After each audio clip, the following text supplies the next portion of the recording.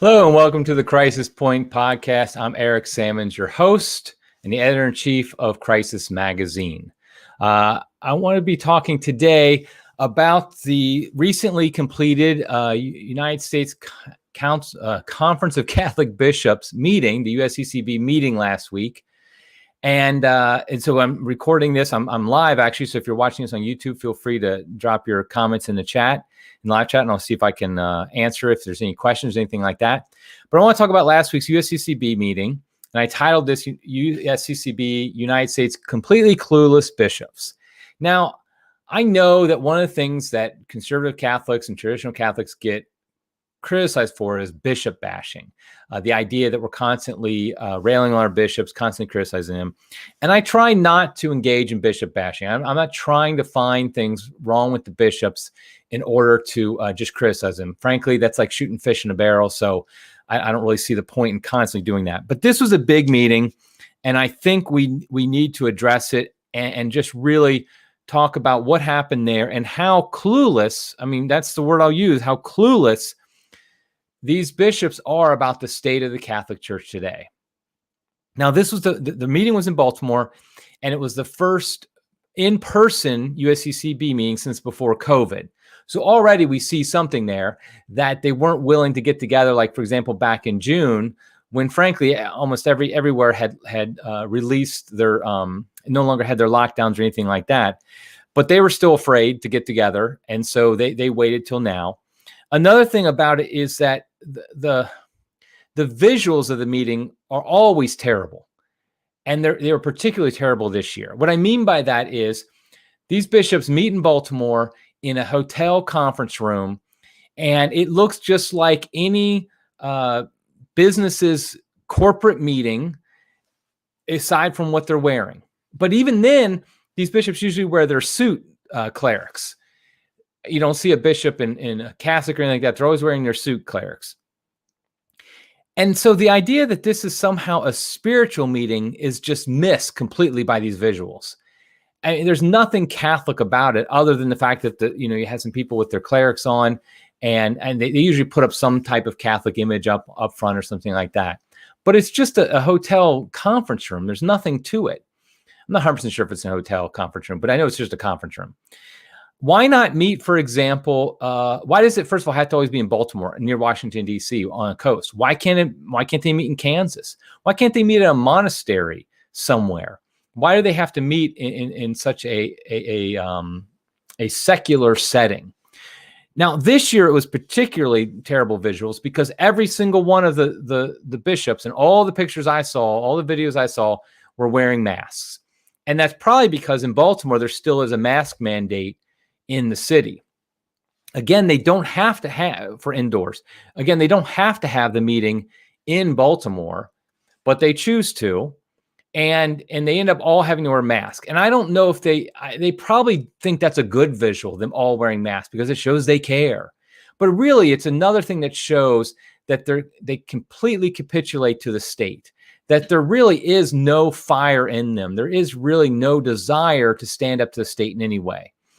And the truth is, it makes them look like scared old men. I mean, I think that's the visual it gives, that there's just a bunch of scared old men who will do what they're told.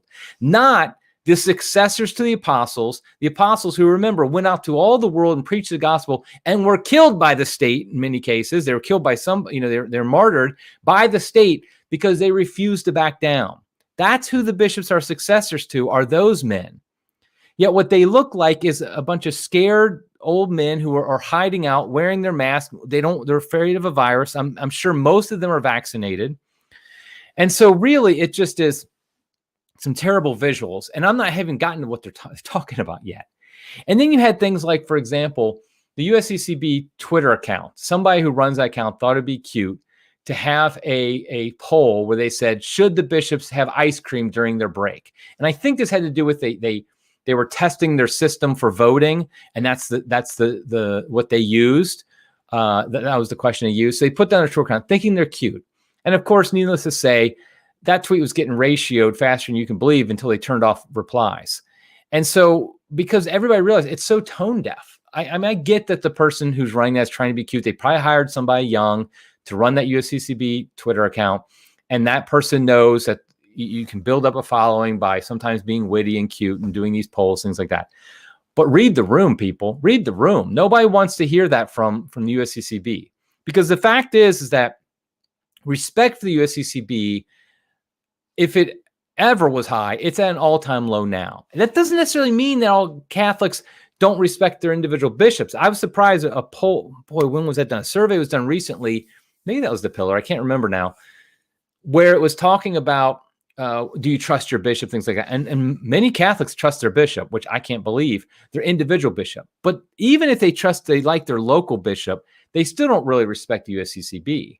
It's seen as a kind of faceless bureaucratic institution that doesn't really serve much purpose. And so they don't really get that, though. I think the bishops think they're these leaders that people respect and will follow and listen to, when nobody really does. Another thing is that there was a lot of talk at the conference about the latest church buzzword, which is synodality, because we're in the process of this 2-year synod on synodality over in Rome. And so, for example, the Apostolic Nuncio brings it up, synodality and the importance of it. And it was interesting to see that they brought up synodality also in the drafting of the Eucharistic document that I'll be talking about in a little bit. And really what I've kind of seen, what synodality means is we shut up all the people who aren't going along with the program. That's what synodality means. Let's keep all those people quiet. Because what we do is we promote synodality as we're all together, we're not divided, we're united, and we're working all these things out together. But what it really means is if anybody brings up topics that are uncomfortable or don't go along with the program, then they're shut down, because that's not really part of synodality, to have actual real debate. And so that was another thing about this that I noticed at the beginning. So this was kind of the feeling you get at this at this meeting of the USCCB, and I think people I just don't think they realize that that's what people see when they see them. They see people who use church buzzwords like synodality, who are completely tone deaf with tweets about the ice. Should the bishops have ice cream, as if they're our buddies or something like that. They don't really. The visuals of being in a conference room and having all their masks on, stuff like that, all of that gives such a poor image to the Catholic Church, frankly, in America. And then the other thing that was interesting.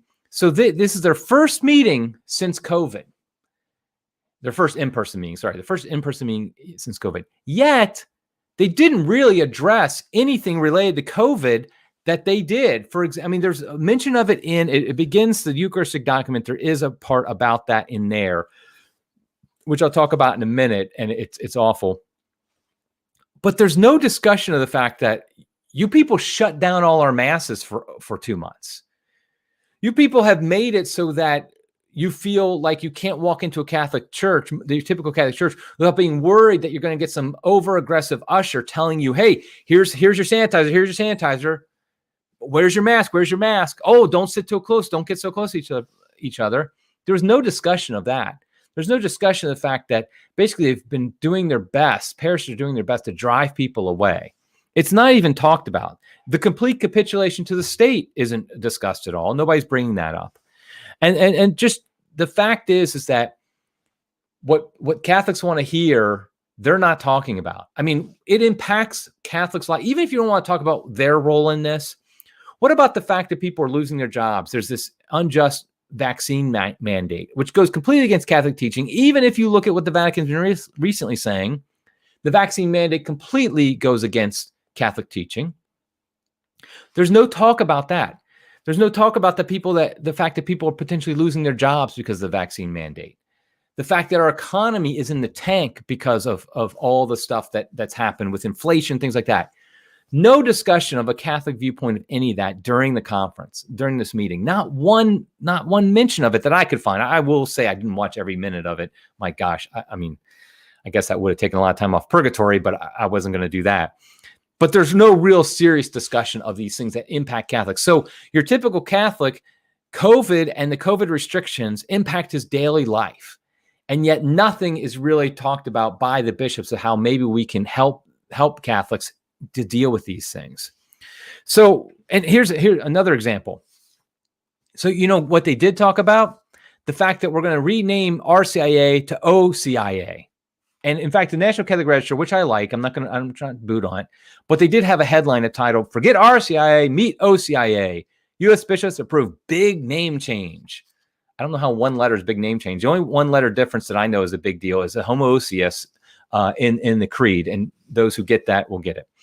But they talk about that now it's called instead of the rite of Christian initiation for adults, it's now the order of Christian initiation for adults. And essentially what it's doing is it's just renaming the English name for it to be a little bit more in line with the actual Latin name for it. So, I mean, that's all it is. I mean, I don't think they talked about anything about changing how RCIA is. The fact that it's a bureaucratic process that basically does not help anybody. As somebody who's gone through RCIA, I can tell you that. I mean, I know parishes, a lot of traditional parishes, they've just scrapped the idea of RCIA and they do their own program and call it something like adult conversion class or something of that nature. So, I mean, RCIA is now OCIA. Boy, that really affects Catholics worldwide in the country. That's really going to help us live our faith better, knowing that. And so you see, it's hard not to be cynical. I guess that's what the way I'll put it. It's hard not to be cynical when you see how out of touch, how clueless our bishops are when they get together. It just is unbelievable how much it just is not in keeping with the real world. I mean, really. And so I don't know. Okay, now what I want to talk about though, let's move on. I could just go on about how out of touch it is for a half hour. I'm not going to do that. What I want to talk about though is what was the main item of discussion, the Eucharistic coherence document people were talking about.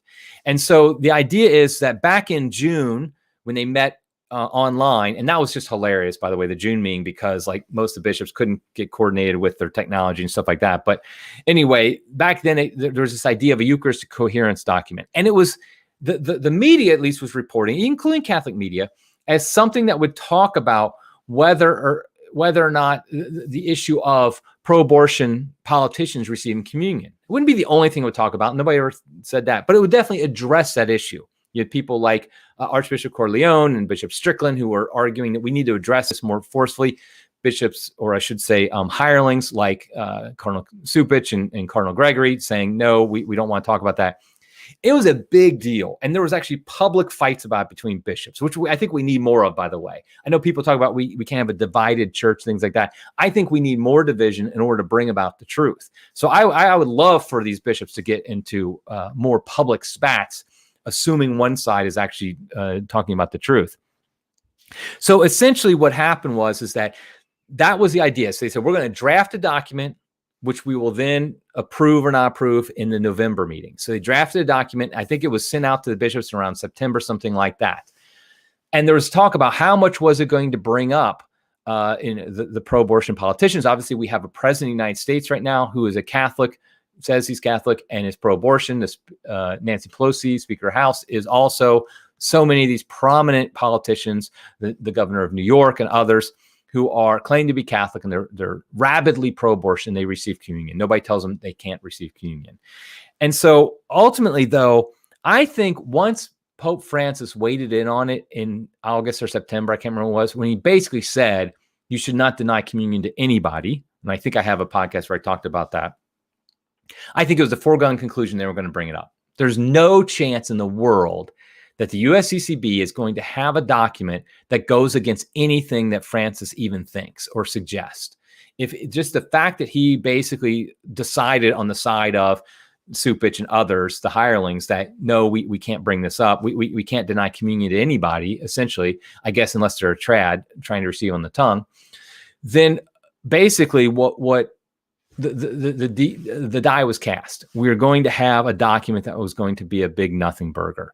Also, it was interesting. I saw a lot of the reports about this really tried to spin this as if it was some type of process of synodality. That's why you didn't have a big debate at the November meeting, because we had debates back in June and following it, but there was no debate really here. It was like a half-hour discussion, and then they voted on, and it was an almost unanimous vote. I think it was like maybe over 200 bishops voted against it, and a few abstained.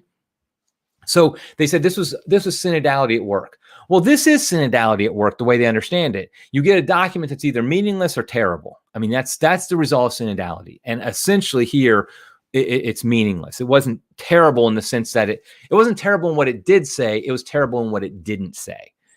And so that's, yeah, I mean, right now, Catholics, what they want strong leadership. They don't want bureaucrats shuffling papers, creating more documents that will go in the circular file. They don't want politicians, which is essentially what they're acting as. They don't want that. They want successors to the apostles. They want people who are martyrs, who are willing to be martyrs. I mean, does anybody think that in this crop of bishops we have now, that how many of them do we think, if we had to vote, let's say there's 230 bishops in America, how many of them do we think would be willing to be martyred? I mean, obviously, I know the grace of God can work in anybody and give them that grace at the moment. But I mean, as far as how they're acting, I mean, I think most of us can count them on one hand, if even that. However, I will say George Weigel, the neocon Catholic who is always ready to carry water for the USCCB, his analysis was just rosy and saying how great it was. And I will say this was in the National Catholic Report. I'm not going to boot on National Catholic Report. I'm sorry, Catholic World Report. I apologize. Catholic World Report. I like them. I like what they do. But this was awful. I mean, the fact that they ran this by Weigel, I mean, just says it's all because of Weigel's name, because it was awful, his analysis. I'm not even going to link to it in show notes. If you want to find it, find it. But basically, he said that the media the mainstream media only talked about the fact that they didn't bring up pro-abortion politicians receiving communion.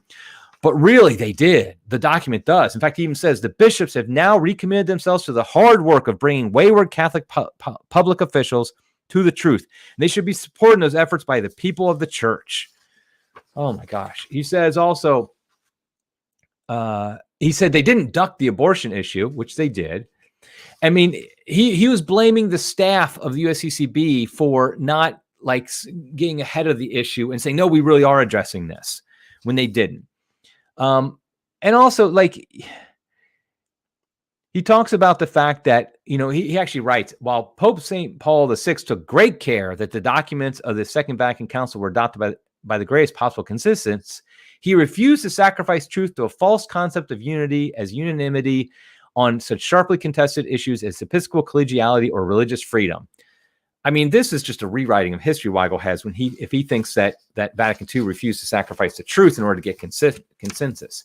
But basically, Weigel thinks that they did address the issue, that they did really strongly talk about it. When I go through it here in a minute, I'll show that that's simply not true. And so also we have then we have Naumann, Archbishop Naumann, who was the where do we have this? He is the chair of the USCCB's pro-life committee. And so he was talking about, he goes, it was good to reiterate in this document what we have said before about our responsibility to have dialogue and conversation with those who are Catholic, but who act in a way contrary to our faith in this basic moral teaching. We said before, but one of the reasons we need to say it again, because I am not sure that we've taken seriously as bishops our responsibility for the care of souls of these politicians to really enter into dialogue. Dialogue. We all know what dialogue means. Dialogue means nothing will be done. We'll talk and we'll talk and we'll talk. I mean, that's my criticism of Archbishop Corleone, who's great in so many ways, is he's still in the process of dialogue with Nancy Pelosi. By the time that dialogue is over, Nancy Pelosi's great-grandchildren will be dead. I mean, the dialogue is just continual talk without any action. That's what it means. And that's what Archbishop Naumann is saying. Let's continue to dialogue with people like Joe Biden, Nancy Pelosi, and others.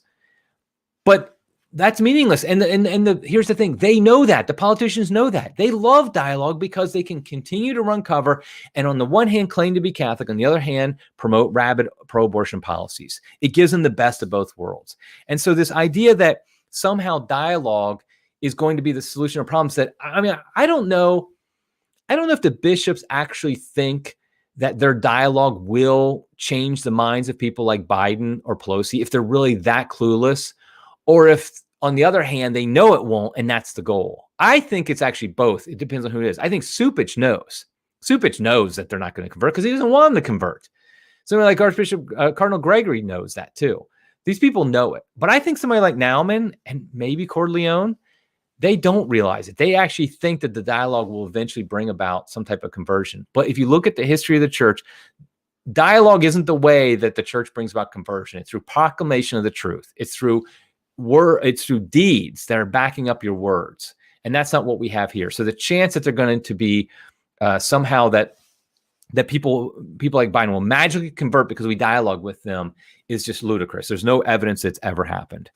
So now now the document's called The Mystery of the Eucharist and the Life of the Church. It's actually hard to find online. They didn't make it that obvious where to find it, USCCB website, which might be on purpose. But it actually reflects the fact that this thing will be a forgotten document before you know it. I mean, it's just going to disappear from the life of the church before you know it. And that's why this whole thing has been, like I call it, a big nothing burger. So the document, a couple of things I want to mention. One is that it mostly simply just repeats Catholic teaching. I mean, that's basically all it does. Like I said, it's not saying necessarily things that are bad. It's just not saying things that are good. And so ultimately, it just doesn't really have any effect because we know, if you know Catholic teaching, you know all these things. If you don't know Catholic teaching, you're not going to read this document. There's millions of documents you could look at, or just the sacred scriptures, and you could know these things. Now, also what I noticed was I actually went through the footnotes. This is something I do with church documents. I go through the footnotes and I try to see how unbalanced it is with what they reference. For example, do they reference everything from post-Vatican II or before? If you look at Pope Francis documents, it's almost 100% Vatican II and after, and mostly just himself. He's quoting him. He's literally footnoting himself. Well, in this document, we had about 80, almost 90 different references. Only 12 of them come from before Vatican II. There's some mentions of the fathers, the church fathers. Aquinas is quoted once. Trent is quoted once. Yay. The Bible a couple times. Post-Vatican II is about 75 out of less than 90 references. Vatican II's referenced 8 times. The Catechism, the Modern Catechism, 16 times. Pope Francis, 14 times. JP2, 10 times. Benedict, 7 times. I mean, so basically, Code of Canon Law, 6 times. So essentially, like all church documents, it's very front-loaded or back-loaded, however you want to look at it, to today. And that's a common thing, and I think that's a problem. I know some people might not think that's a big deal because, you're quoting things that are recent, things like that. But I do think what it does is it furthers this idea that the church basically began at Vatican II, or at least it restarted. There was a reboot at Vatican II, which is why everything they're going to quote is from Vatican II or after that. So that's one issue with it. But then, like, just going through the document, I made some notes on here, and so I'm going to go through this a little bit. So, for example, it starts off talking about the pandemic, and of course, there's it 100% believes the narrative, the mainstream narrative. It doesn't even question it in even the slightest way that everything Fauci and others have said is true. I mean, that's a real problem if our spiritual leaders can't see through the lies that we've been told over and over again by the state. They just simply can't see it. They accept it with blind faith. They accept that more blindly than they accepted the words of the sacred scriptures. And so it talks about how we're mindful of how the pandemic has forced us to stay physically distant from one another. Maybe you, but not me. I mean, honestly, other than the first couple weeks of the pandemic, I haven't been physically distant from people in any way. We all get together like we always have. And for a time to view celebration of the Mass on a television or computer screen. I mean, 2 things about that. First of all, that's your fault. You're the ones who made it where we couldn't go to Mass except for on a television or computer screen. Secondly, a lot of places are still doing that. They're still streaming masses, which I think is terrible. I think at most, a diocese should have 1 streaming mass available, and that's for people who are homebound. They can't get out.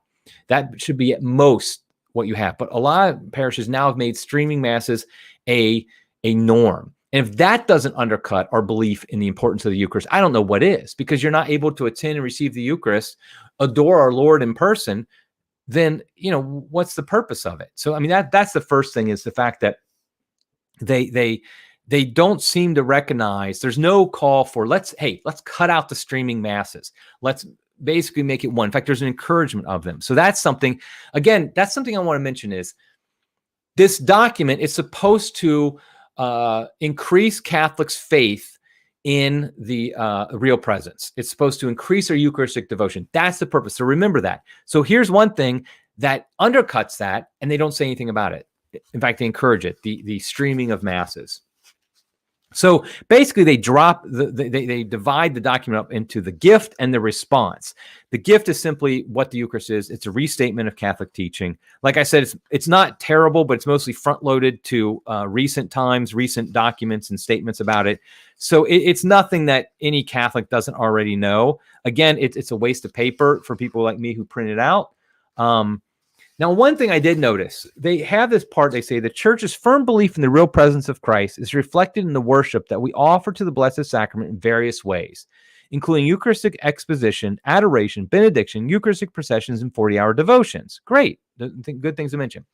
In addition, the practices of reverently genuflecting before the Blessed Sacrament reserved in the tabernacle, bowing one's head prior to reception of Holy Communion, that you wouldn't do that in the traditional Latin Mass, but that's something done when you're walking up, I guess, and refrain from food and drink for at least 1 hour before receiving communion are clear manifestations of the church's Eucharistic faith.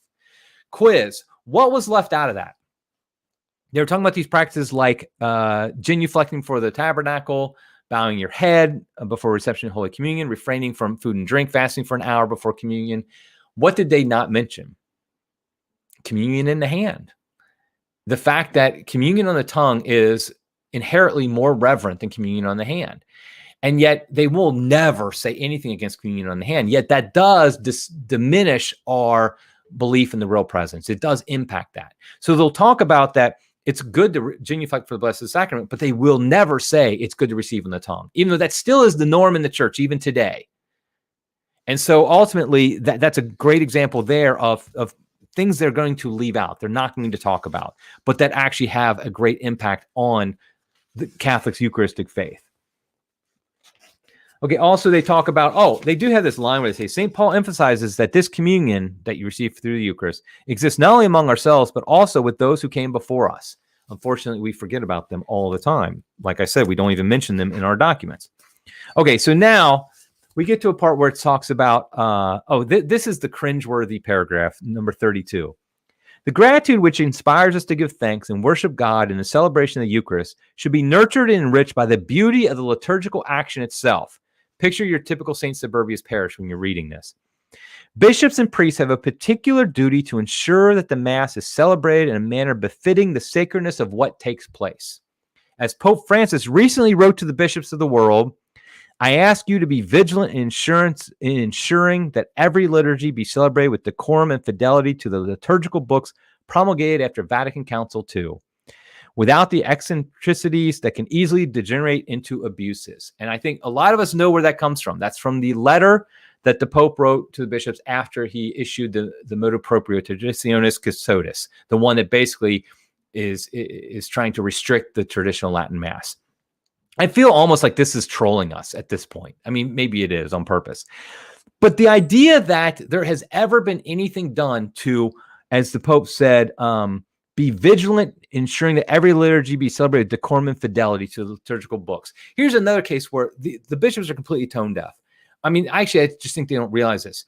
You go to a typical parish, and what you see is not a liturgy that is beautiful, a liturgy that makes you think of the real presence. I mean, a lot of parishes, you walk in, it's a bare building mostly with a couple felt banners, maybe a crucifix, and a couple other things. Very ugly building. There's chatting going on beforehand. No respect for the fact that the tabernacle, our Lord Himself, is in the sanctuary, and so it just does everything to reject devotion to the real presence. And yet there's no mention of this other than the fact that, we should do something to make sure they're beautiful, and that there is good decorum and fidelity to the liturgical books.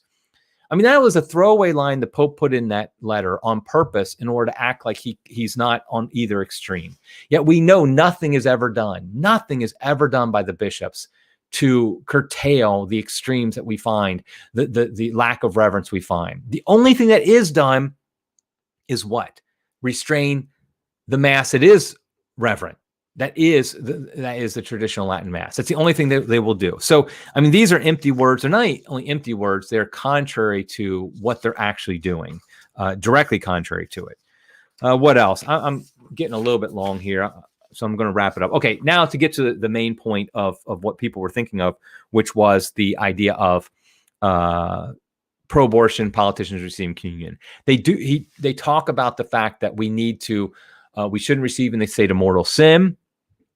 They mention the fact that as Christians, we bear responsibility to promote life and dignity of the human person and to love and to protect the most vulnerable in our midst, the unborn, migrants and refugees, victims of racial injustice, the sick and the elderly. That is what the unborn is to the bishops. It's something in a list that can basically put it equal to other things that are not of equal value. So, for example, obviously what comes next? Migrants and refugees. I'm not claiming that there isn't some issue going on with migrants and refugees that couldn't be improved, but to think that that even comes close to being on the same level as a systematic murder of millions of babies is just ludicrous. It shows you don't really care about the unborn if you put them in a list. They don't deserve to be in a list with all these other groups. Victims of racial injustice, which we know is just code for if we don't like what certain conservatives do. The sick and the elderly, yes, we need to care for them, but to act like that's on the same level as the murder of all these millions of innocent unborn children. But that's how you denigrate the cause of the unborn, is you put them in a list. And then later talks about how Francis has eloquently drawn the connection between the celebration of the Eucharist and the care for the environment.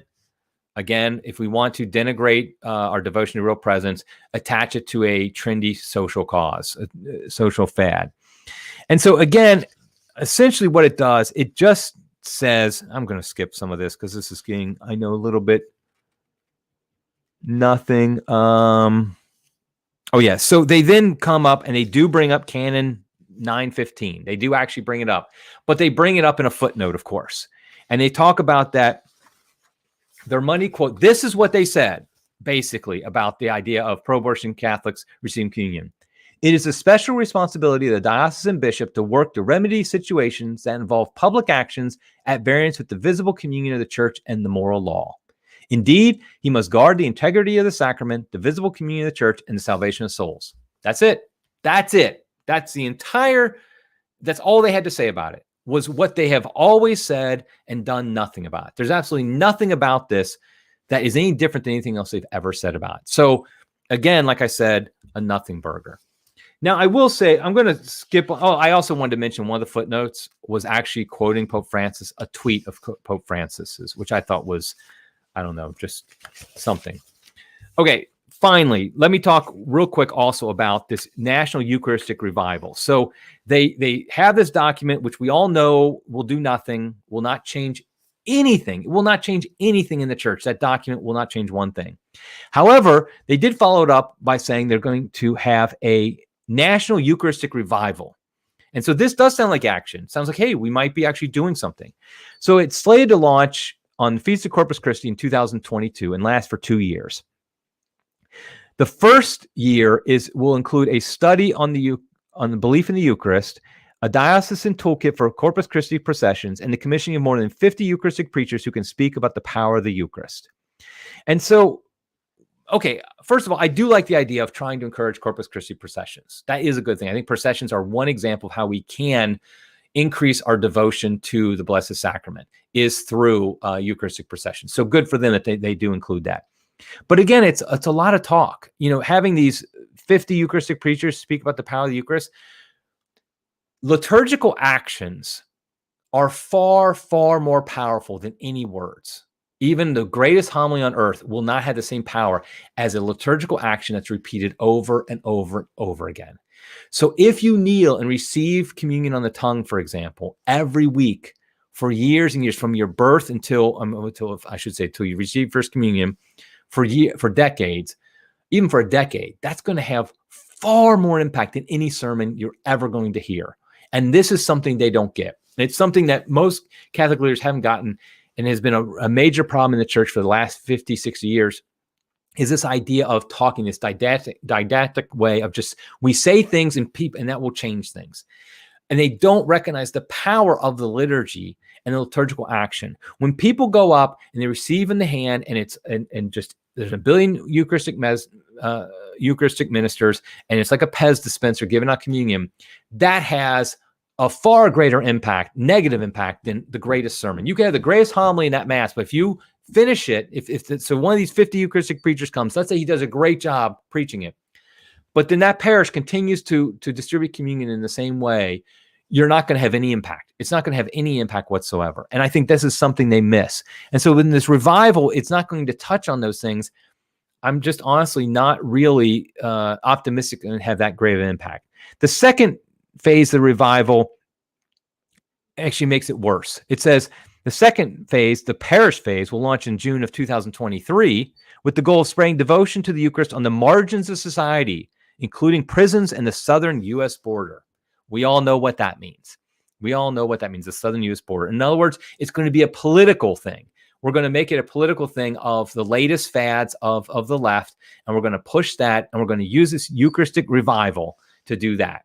And it concludes in 2024 with a National Eucharistic Congress with the hope of gathering 80,000 people for prayer and talks and Eucharistic devotion in Indianapolis. And now here's the thing. A Eucharistic Congress is a great idea. We used to have those all the time, and thousands of people will go to them. But if it's not backed up by liturgical action that is in keeping with our devotion to the Blessed Sacrament, again, it's going to be worthless. It's not, maybe not worthless, but it's going to have a much less dramatic impact.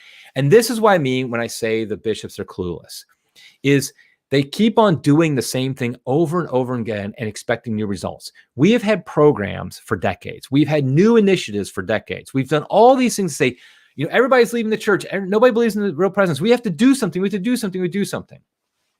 Yet all they do is the same thing that keeps on not working. Instead of looking at, okay, let's look at the history of the church. Let's do like St. Paul said, and they mentioned in their document, look at those who came before us.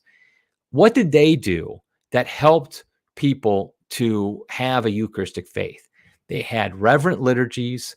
They had things like they didn't allow communion in the hand. They didn't have 1,000,001 Eucharistic ministers. They didn't have any lay Eucharistic ministers.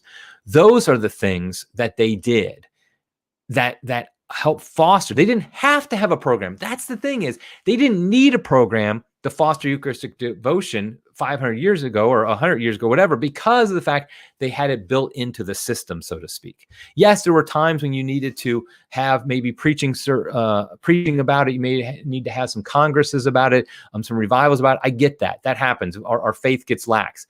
But this is just yet another thing in a long list of failed programs that they're doing. And so ultimately, I just feel like I'm just not optimistic that this is going to be something that helps Catholics, that's going to increase. In fact, I would just say right now we know that Catholic belief in the real presence hovers around 30%. Some surveys say as high as 40, 30 is probably more accurate. After this 2-year Eucharistic revival, this document, will that change at all? I would argue that I would predict that it won't. I mean, if in 2 years I'm wrong and it's gone up and it's better, I'm thankful. I'm glad. I just don't think that's going to happen. Essentially, what we're doing is they're shuffling the chairs on the deck of the Titanic. The Catholic Church is, in America in particular, is in dire straits, and this meeting does nothing to really slow that down, slow the descent down. And I think that's sad. I think ultimately what we need to do as lay people. So what should we do as lay people? I think what we need to do is we need to pray for the bishops, pray for them, pray for our priests. I think we also need to encourage Eucharistic devotion in our parishes where we can make an impact. Like, obviously, if you're not receiving on the tongue now, please receive on the tongue.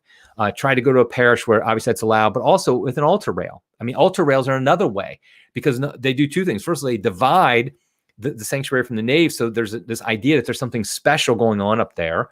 And also, receiving while kneeling is a very reverent way to receive. So do things like that. Encourage your bishop to have Eucharistic adoration, to encourage people to receive on the tongue, to receive kneeling on an altar rail, things like that. That's what we can do as lay people. We can pray in front of the Blessed Sacrament for these things as well.